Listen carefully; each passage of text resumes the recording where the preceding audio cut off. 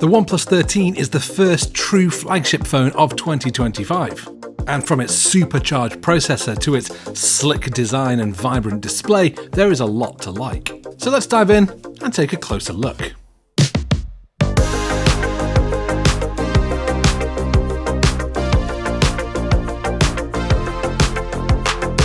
On paper, the OnePlus 13 has so much going for it, and in many ways it is a superb phone. It's one of the most powerful Android phones I have ever tested, and it's actually cheaper than almost all of its main rivals. But unfortunately, there are things holding me back from calling this phone a complete success, and it starts with the camera.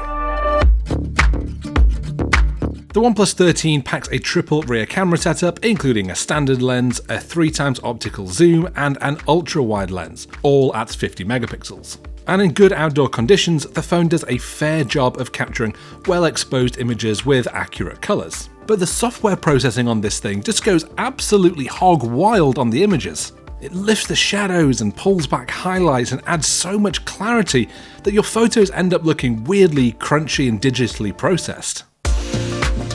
It's definitely an overzealous software problem here, because when I switch to the master mode but still leave all my settings on automatic, things do soften up somewhat. Downside, some images actually lose details in some areas, so the phone doesn't really get the balance right here either. You've got to choose between a lack of detail and an insane amount of clarity, neither of which are choices you should be having to make on a flagship phone.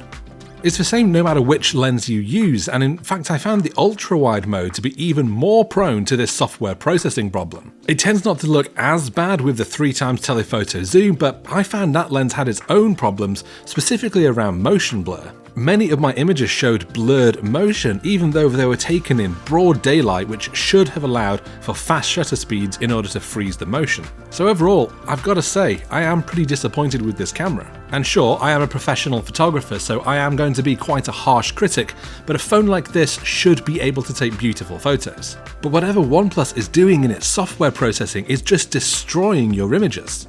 So the keen photographers among you, I strongly urge you to look towards other phones. Okay, so on to more positive things. For example, the design. It's pretty lovely.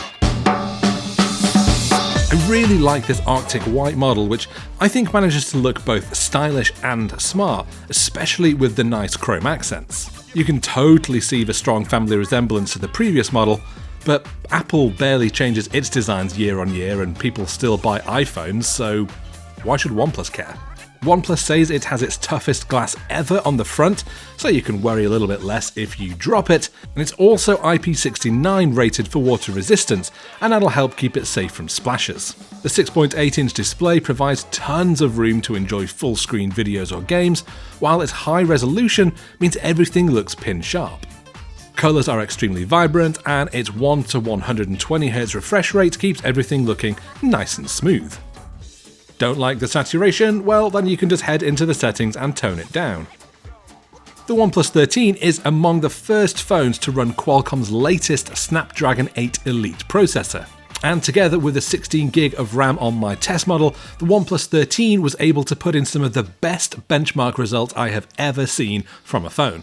This thing is an absolute powerhouse, with games like Genshin Impact playing gloriously well even at max settings, and general navigation of the interface feeling extremely smooth. There's really nothing that you'll be able to throw at this thing that'll slow it down. The Snapdragon 8 Elite chip though isn't just there for raw power, it's also there to help with on-device AI tasks. So it's no surprise you'll find a variety of AI tools on board, including Google's Gemini and Gemini Advanced for conversational AI fact-finding, and Circle to Search, which work just the same as they will on any other Android device that supports them. But OnePlus has sprinkled some of its own AI features in here as well. They're largely image-focused, with the AI Detail Boost adding some extra resolution to your photos, while the AI Unblur mode aims to bring back detail to blurry images. I've actually been quite surprised at how well that works. It's rescued shots that I definitely have expected to simply delete due to motion blur. The results can look a bit fake, especially if you run the Unblur tool on the same image multiple times. But to be quite honest, if I only had one image of an important moment, I'd rather have that look a little bit too digitally sharpened than completely blurry and unusable. It runs Android 15 at its core, and OnePlus promises 6 years of total security support, meaning that this phone should still be safe to use in around 2031. Powering the phone is a huge 6000 mAh battery, which, to be quite honest, I expected more from. It didn't perform especially well on our battery rundown tests, and in general use, including playing games and scrolling around the internet, it dropped more than I would have liked. With careful use, you shouldn't struggle too much to get through a full day, but like with most phones, I do recommend that you just give it a full charge every night. If you do get into your evening with the juice running low and you need some extra power before your night out, then worry not, because this phone supports 100-watt wired charging. And that should take it from empty to full in around 36 minutes. So, the OnePlus 13, should you actually buy it? Well, if you're looking for a high-performance Android phone specifically for mobile gaming, then it's definitely worth considering. It is an absolute powerhouse of a phone, while its sleek design and its fast charging are really just the cherries on top. But there's no question that it is really let down by its camera performance, which falls far behind its main rivals. And I'd have liked to have seen better battery life as well. At full price, the OnePlus 13 does slightly undercut its main competitors, but not really by all that much, and it does make some sacrifices to get there. I'd like to see another $100 off this phone's price, at which point it suddenly makes a lot more sense. If you can pick it up with some decent carrier discount or with some extras bundled in, then it is certainly worth considering, and as long as you're not super keen on your photography, then I don't think you'll be disappointed. But what do you think about the OnePlus 13? Has its hyper-fast performance already reeled you in, or are you put off by the camera performance? Make sure to leave your thoughts in the comments below, and make sure to check the video description for a lot more information.